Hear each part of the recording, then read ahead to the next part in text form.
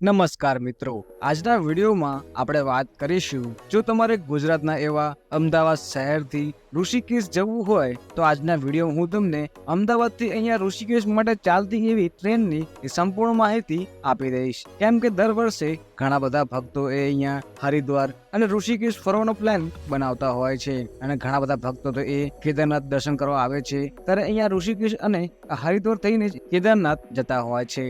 જો તમારે આ ચાર ધામની યાત્રા કરવી હોય તો પણ અને જો તમારે ઋષિકેશ કે ખાલી હરિદ્વાર પણ આવવું હોય તો પણ અમારો આ વિડીયો એ તમારા માટે ઘણો યુઝફુલ થવાનો છે. કેમ કે આજના વિડીયોમાં હું તમને અમદાવાદથી આ ઋષિકેશ માટે ડાયરેક્ટ ચાલતી એવી ટ્રેનની વાત કરીશ જેમાં તમે સફર કરીને એ ડાયરેક્ટ ઋષિકેશ આવી શકશો.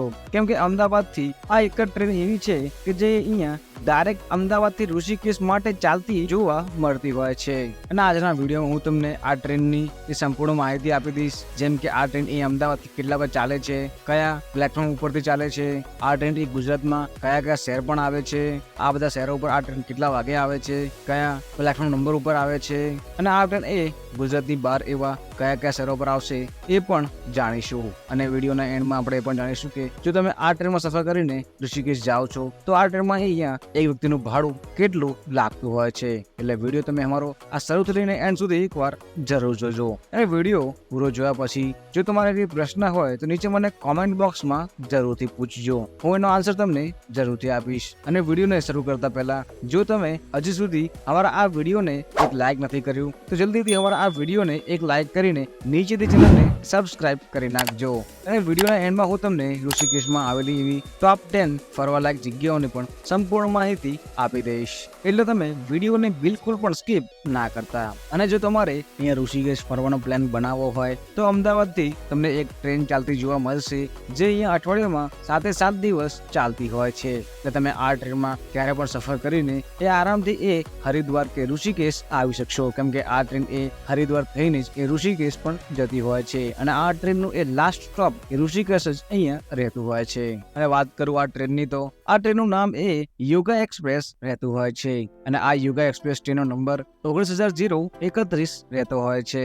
ને આ ટ્રેન એ તમને અહીંયા અઠવાડિયામાં બધા દિવસ ચાલતી જોવા મળે છે. એટલે તમે આ ટ્રેનમાં ક્યારે પણ સફર કરીને અહીંયા હરિદ્વાર આવી શકશો કે ઋષિકેશ આવી શકશો.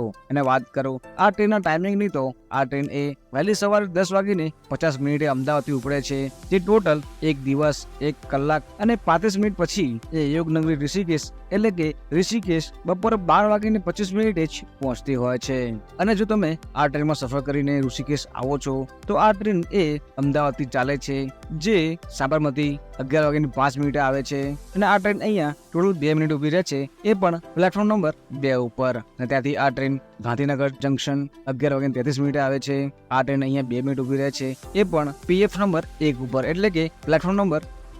ત્યાંથી કલોલ જંકશન 11:56 આવે છે અને આ ટ્રેન એક કલોલ ટોટલ 2 મિનિટ ઊભી રહે છે, એ પણ PF નંબર 1 ઉપર. ત્યાંથી આ ટ્રેન મહેસાણા જંકશન બપોરે 12:25 આવે છે અને આ ટ્રેન મહેસાણા ટોટલ 4 મિનિટ ઊભી રહે છે, એ પણ PF નંબર 1 ઉપર. ત્યાંથી પાલનપુર જંકશન બપોરે 2:20 આવે છે. આ ટ્રેન પાલનપુર ટોટલ 5 મિનિટ ઊભી રહે છે, એ પણ PF નંબર 2 ઉપર. ત્યાંથી આ ટ્રેન એક ગુજરાતની બહાર એવા આબુ રોડ આવતી તમને જોવા મળતી હોય છે અને આ ટ્રેન એ આબુ રોડ બપોરે 3 વાગે જ આવતી હોય છે. ને આ ટ્રેન અહીંયા આબુ રોડ ટોટલ 10 મિનિટ ઊભી રહે છે, એ પણ PF નંબર 1 ઉપર. ત્યાંથી આ ટ્રેન પિંડવારા જંકશન 3:44 આવે છે, અહીંયા આ ટ્રેન 2 મિનિટ ઊભી રહે છે. જવાઈ બાંધ જંકશન 4:15 આવે છે, ત્યાં આ ટ્રેન 2 મિનિટ ઊભી રહે છે. ફાલના જંકશન 4:32 આવે છે, ત્યાં આ ટ્રેન 2 મિનિટ ઊભી રહે છે. રાણી જંકશન 4:50 આવે છે, આ ટ્રેન અહીંયા 2 મિનિટ ઊભી રહે છે. સોમસર જંકશન આવે છે, આ ટ્રેન અહીંયા 5:10 આવે છે. મારવાડ જંકશન આવે છે 5:45. સોજત રોડ 6:09 આવે છે. હરિપુર જંકશન 6:35 આવે છે.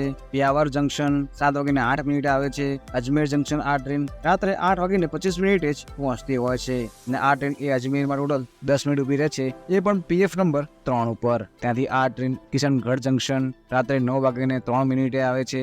ફુલેરા જંકશન 9:51 આવે છે. ત્યાંથી આ ટ્રેન એ જયપુર જંકશન રાત્રે 10:40 જ અહીંયા આવતી હોય છે અને આ ટ્રેન એ ટોટલ જયપુરમાં 10 મિનિટ અહીંયા ઊભી રહેતી હોય છે. ત્યાંથી ટ્રેન ગાંધીનગર જયપુર રાત્રે 11:01 આવે છે. બંદી ક્યુ જંકશન રાત્રે 12:15 આવે છે, અલવર જંકશન રાત્રે 1:04 આવે છે, હેરતલ જંકશન 1:25 આવે છે, રેવાડી જંકશન રાત્રે 2:50, Pataudi road junction, Gurgaon junction, Delhi cantt, old Delhi. અને આ ટ્રેન અહીંયા ઓલ્ડ દિલ્હી એ સવારે 4:50 જ પહોંચતી હોય છે. અને આ ટ્રેન એ ટોટલ ઓલ્ડ દિલ્હી ઉપર એ 15 મિનિટ ઊભી રહેતી હોય છે. ત્યાંથી આ ટ્રેન એ દિલ્હી સહારદરા, ગાઝિયાબાદ, ન્યૂ ગાઝિયાબાદ, મોદીનગર, મેરઠ સિટી, મેરઠ કાંટ, સખોડી તાંડા, અતોલી, મુઝફ્ફરનગર, દેવબંધ, ટપરી, રૂરકી જેવા બધા શહેરોથી આ ટ્રેન પસાર થઈને અહીંયા હરિદ્વાર વહેલી સવારે 11:18 જ પહોંચતી હોય છે. ને આ ટ્રેન અહીંયા હરિદ્વારમાં 5 મિનિટ ઊભી રહે છે, એ પણ PF નંબર 2 ઉપર. ને આ ટ્રેન અહીંયા હરિદ્વારથી રવાના થઈ આ ટ્રેન અહીંયા ઋષિકેશ તમને આવતી જોવા મળતી હોય છે. અને આ ટ્રેન એ ઋષિકેશ બપોરે 12:25 જ અહીંયા પહોંચતી હોય છે. અને આ ટ્રેનનો અહીંયા લાસ્ટ સ્ટોપ જ રહેતો હોય છે. તમે આટલા બધા શહેરો પરથી આરામથી કોઈ પણ શહેરથી આ ટ્રેનમાં સફર કરીને એ હરિદ્વાર અને ઋષિકેશ એ ડાયરેક્ટ અહીંયા આવી શકશો. જો તમારે ગુજરાતના એવા મોટા મોટા શહેરથી આવવું હોય તો પણ ગુજરાતની બહાર અન્ય કોઈ શહેરથી પણ આવવું હોય, જેવા કે આબુ રોડ, જયપુર, અજમેર, દિલ્હી જેવા શહેરથી જો તમારે આવવું હોય તો પણ તમે આ ટ્રેન અહીંયા પસંદ કરી શકો છો. અને વાત કરું આ ટ્રેનની સ્પીડની, તો આ ટ્રેનની એ એવરેજ સ્પીડ 48 કિલોમીટર અને મેક્સ ટુ મેક્સ સ્પીડ આ ટ્રેનની 110 કિલોમીટરની રહેતી હોય છે.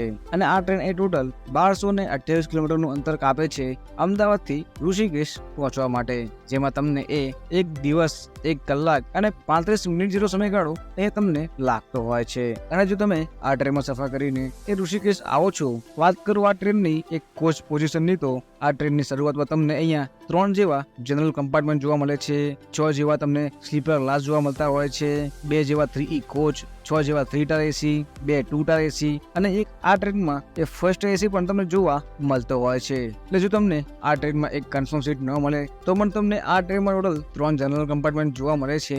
એટલે તમે આ જનરલ કોચમાં પણ સફર કરીને એ હરિદ્વાર ઋષિકેશ આવી શકશો. પરંતુ આ જનરલ કોચમાં અહીંયા તમને એ વધારે પડતી ભીડ જોવા મળતી હોય છે. અને જો તમારે આ યોગા એક્સપ્રેસમાં સફર કરીને પરત ઋષિકેશથી કે હરિદ્વારથી અમદાવાદ આવવું હોય તો પણ તમે આવી શકશો, કારણ કે આ ટ્રેન અહીંયા ઋષિકેશ અને હરિદ્વારથી એ પરત પણ અહીંયા રોજ જે ચાલતી હોય છે. જો તમારે પરત આવવું હોય તો આ ટ્રેનનો નંબર એ બદલાઈને 19,032 થતો હોય છે. અને આ ટ્રેન અહીંયા ઋષિકેશથી બપોરે 2:55 ચાલે છે, કે ટોટલ 1 દિવસ 40 મિનિટ પછી આપણને એ અમદાવાદ બીજા દિવસે બપોરે 3:35 જ પહોંચાડતી હોય છે. એટલે આ ટ્રેન અહીંયા રોજ જે ઋષિકેશથી બપોરે નીકળે છે, જે આપણને નેક્સ્ટ દિવસમાં આપણને અમદાવાદ પહોંચાડતી હોય છે. અને આ ટ્રેનની ખાસ વસ્તુ એ કે આ ટ્રેન એ અમદાવાદથી પણ રોજ ચાલે છે, અને આ ટ્રેન અહીંયા ઋષિકેશથી પણ રોજ તમને ચાલતી જોવા મળતી હોય છે. અને જો તમે આ ટ્રેનમાં સફર કરીને એ અમદાવાદથી ઋષિકેશ કે ઋષિકેશથી અમદાવાદ આવો છો તો આ ટ્રેનનું ભાડું પણ અહીંયા ઓલમોસ્ટ સેમ જ રહેતું હોય છે. જેમાં વાત કરું ભાડાની, તો આ ટ્રેનનું એ સ્લીપર ક્લાસનું ભાડું 550 રૂપિયા, એ કોચનું ભાડું 1375 રૂપિયા, 3 ટાયર એસીનું ભાડું 1475 રૂપિયા, 2 ટાયર એસીનું ભાડું 2130 રૂપિયા, ફર્સ્ટ એસીનું ભાડું 3705 રૂપિયા અહીંયા રહેતું હોય છે. અને આ ભાડું તમારું આવવાનું અને જવાનું એ ઓલમોસ્ટ સેમ જ રહેતું હોય છે. અને આ ભાડામાં ખાલી તમારો GST પ્લસ થાય છે, જે માત્ર ગણીને 20-30 રૂપિયા જેવો જ રહેતો હોય છે. અને આ તો વાત થઈ ઋષિકેશ માટે અહીંયા ચાલતી એવી આ ટ્રેનની. જો તમારે ઋષિકેશમાં અહીંયા સ્ટે કરવો હોય અને જો તમારે ઋષિકેશ ફરવું હોય, જેમાં પહેલા નંબર ઉપર છે લક્ષ્મણ ઝૂલા, બીજું ત્રિવેણી ઘાટ, ત્રીજું છે સ્વર્ગ આશ્રમ, ચોથું નીલકંઠ મહાદેવ ટેમ્પલ, પાંચમું ભારત મંદિર, છઠ્ઠું કૈલાસ નીલકંઠ ટેમ્પલ, સાતમું નીલ વોટરફોલ, આઠમું ચોટીવાલા રેસ્ટોરન્ટ, નવમું બીટ્સ આશ્રમ, 10મું છે ત્રંબકેશ્વર મંદિર. તમે પણ આ જગ્યાઓ પણ એ ફરવા જવાનું એ ના ભૂલતા.